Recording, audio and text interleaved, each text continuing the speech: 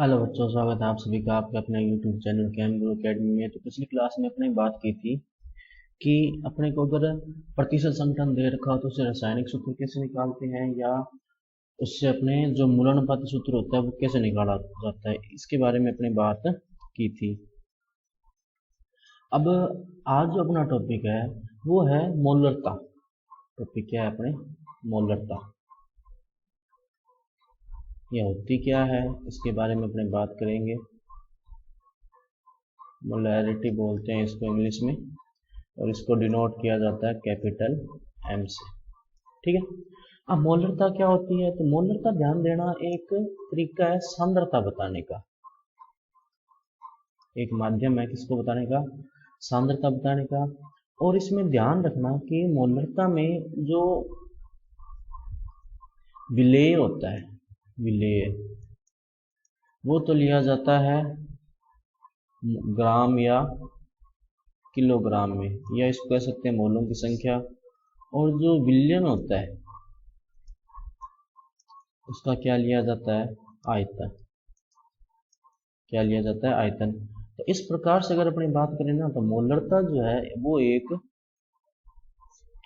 अपनी, ये कह सकते हैं, भार आयतन मात्रक है। क्या है? भार आयतन मात्रक। भार आयतन मात्रक होने का मतलब है कि इसमें एक चीज का जो भार लिया जाएगा, दूसरी चीज का क्या लिया जाएगा? आयतन लिया जाएगा। तो सबसे पहले बात करते हैं अपने की मोलरता होती क्या है। तो मोलरता जो होती है उसका सूत्र देखो पहले क्या होता है। मोलरता, मोलरता का सूत्र होता है विलेय के मोल, विलेय के मोल बटे विलयन का आयतन, विलयन का आयतन। इसको क्या बोला जाता है? मोलरता। विलेय के मोलों की संख्या किससे दर्शाएंगे? n से। विलयन का आयतन किसमें? v में। अच्छा, ये जो आयतन लिया जाता है ये किस में लिया जाता है? लीटर में। किसमें लिया जाता है? लीटर में।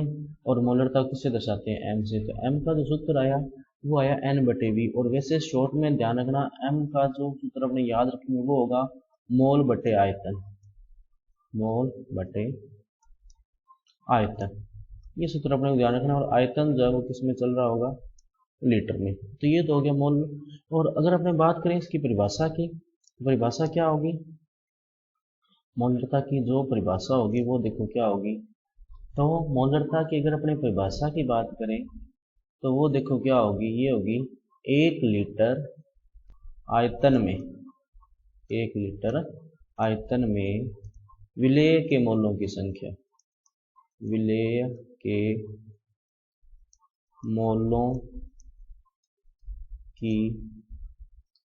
संख्या जो होती है इसको क्या कहते हैं? मोलरता।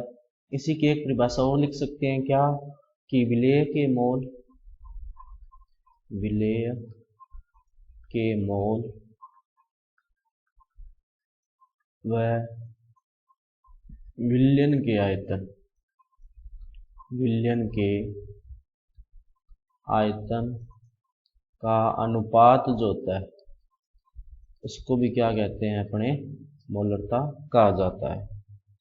अब उसके अलावा अगर अपने बात करें इसमें, तो देखना इसमें कुछ एक विशेष टर्म्स आती है। जैसे आपके सामने टर्म आ जाए मोलर विलयन। क्या शब्द आ जाए? मोलर विलयन। तो मोलर विलयन कौन सा होता है? मोलर विलयन, मोलर विलयन वो होगा जिसकी मोलरता 1 हो। जिस विलयन की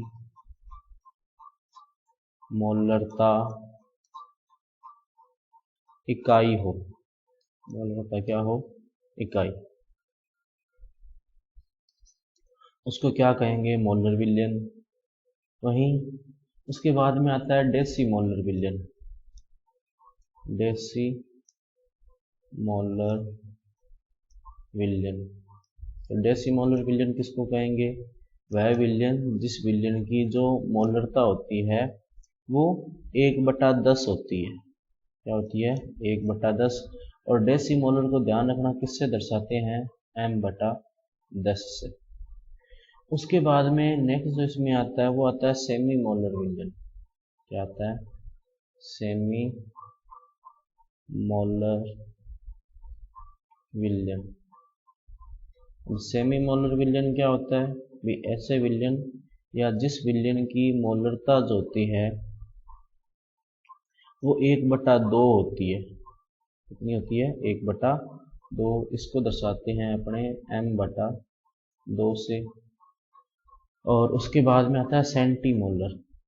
क्या आता है बच्चों? ध्यान देना, सेंटीमोलर। सेंटीमोलर विलयन जो होगा वो कौन सा होगा भाई? जिस विलयन की मोलरता जो होती है वो 1/100 होती है। कितनी होती है? 1/100। उसको क्या कहा जाएगा? सेंटीमोलर विलयन। ये हो गए अपने मेन। अब इसका मतलब क्या हुआ कि कई बार जो होता है ये स्पेशल नाम क्यों रखे हैं? क्योंकि कई बार क्या होता है वो सांद्रता नहीं देता, सीधा ही बोल देता है भी सेंटीमोलर विलयन है या मोलर विलयन है या डेसीमोलर विलयन है कि विलयन कौन सा है। तो ये 3-4 एक स्पेशल है जिनके उसने जो है वो डायरेक्ट नाम नहीं रखे हैं, उसको अलग अलग नाम से ये बुलाते हैं। तो ये हो गए इसमें। उसके बाद में नेक्स्ट इसमें जो आते हैं वो देखो भाई क्या आते हैं, ये हो गए। अच्छा एक और बात ध्यान रखना, सेंटीमोलर को किससे दर्शाया जाता है? जो सेंटीमोलर विलयन होते हैं उसको दर्शाते हैं अपने m/100 से। अब ये देखना ध्यान से इस चीज को आप कि ये 1/10 है। 1/10 का मतलब है 0.1। ठीक है। इसी तरह ये 1/2 है। 1/2 का मतलब है 0.5। इसी तरह ये जो है वो कितना है? 1/100। 1/100 का मतलब क्या हुआ? 0.01। ठीक है। तो ये भी इसमें होते हैं, तो आप ये भी ध्यान रखना भी मोलरता को इस तरह से भी दर्शाया जा सकता है। अब अपने करते हैं इस पर बेस्ड कुछ एक क्वेश्चंस। तो अपने पास मान लो एक क्वेश्चन आता है क्या कि 10 ग्राम या अपने मान लेते हैं 30 ग्राम यूरिया को, ध्यान से देखना कि 30 ग्राम अपने पास क्या है? यूरिया को जल में घोलकर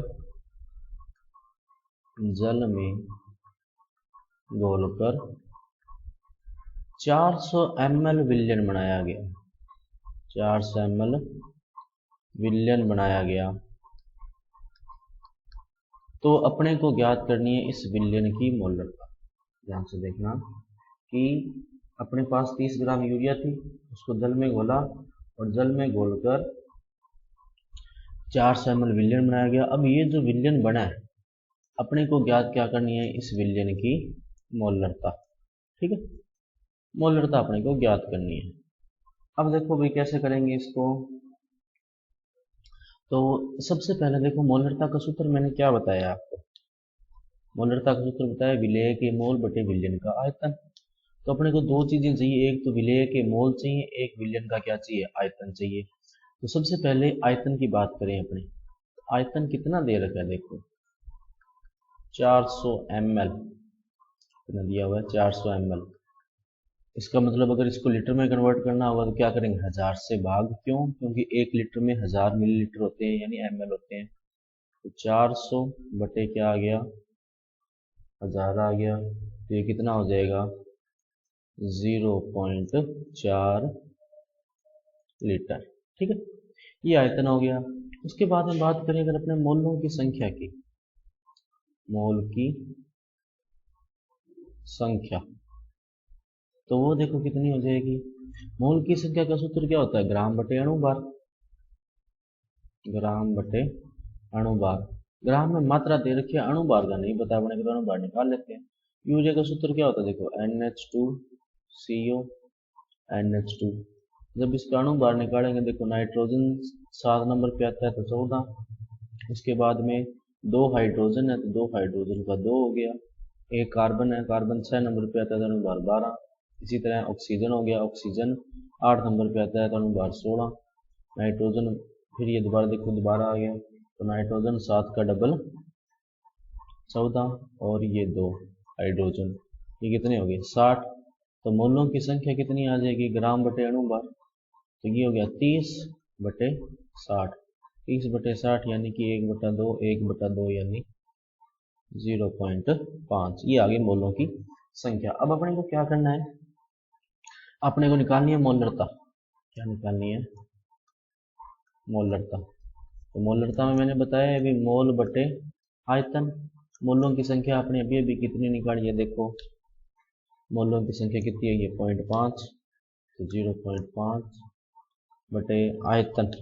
आयतन कितना हो गया 0.4, तो आयतन क्या लिख दिया 0.4। मोलरता को m से दर्शा दिया, तो ये पॉइंट से पॉइंट कैंसिल हो गया, कितना हो गया 5/4। तो मोलरता जो इसकी आएगी वो कितनी आगे लगभग, मोलरता आएगी इसकी 1.25 m। मोलरता को ध्यान रखना, जब भी वैल्यू लिखी होगी उसके आगे क्या लगाना है, m, क्योंकि दर्शाने का तरीका इसका यही होता है। तो करना कुछ नहीं है, देखो अपने को सिर्फ क्या निकालना है, मोल और विलयन का आयतन। आयतन दिया होगा। अब देखो यहाँ पर तीन चीजें हैं, एक मोलरता है, एक मोल है, एक आयतन है। तीनों में से कोई भी दो दे सकता है, एक पूछेगा आपसे, या तो हो सकता है कि मोल और आयतन दे दे, यानी मोल का मतलब ग्राम में मात्रा, मैंने मोल निकाल लेंगे, और मोलरता पूछ ले, या ऐसा हो सकता है कि मोलरता और मोलों की संख्या आ जाए और फिर आयतन पूछ ले, या ऐसा हो सकता है कि मोलरता और आयतन तो दे दे और मोलों की संख्या या ग्राम में मात्रा पूछ ले वो, क्योंकि मोल का सूत्र क्या होता है, देखो मोल का सूत्र क्या होता है अपने को पता है, मोल बराबर क्या होता है, ग्राम बटा में अणु बार। तो हो सकता है कि वो ग्राम में मात्रा भी पूछ ले अपने से, तो अपने को उस चीज का भी थोड़ा ध्यान रखना है। तो चलते हैं अगले क्वेश्चन पे। अब इसी तरह मान लो एक और क्वेश्चन हो गया, क्या कि 60 ग्राम एसिटिक अम्ल, या एसिटिक अम्ल नहीं लेते हैं अपने, क्या लेते हैं 60 ग्राम ऑक्सैलिक अम्ल। ऑक्सैलिक अम्ल को जल में घोला है और अपने कितना विलयन तैयार किया है, उससे लगभग 600 ml विलयन बनाया गया। 600 ml विलयन बनाया है।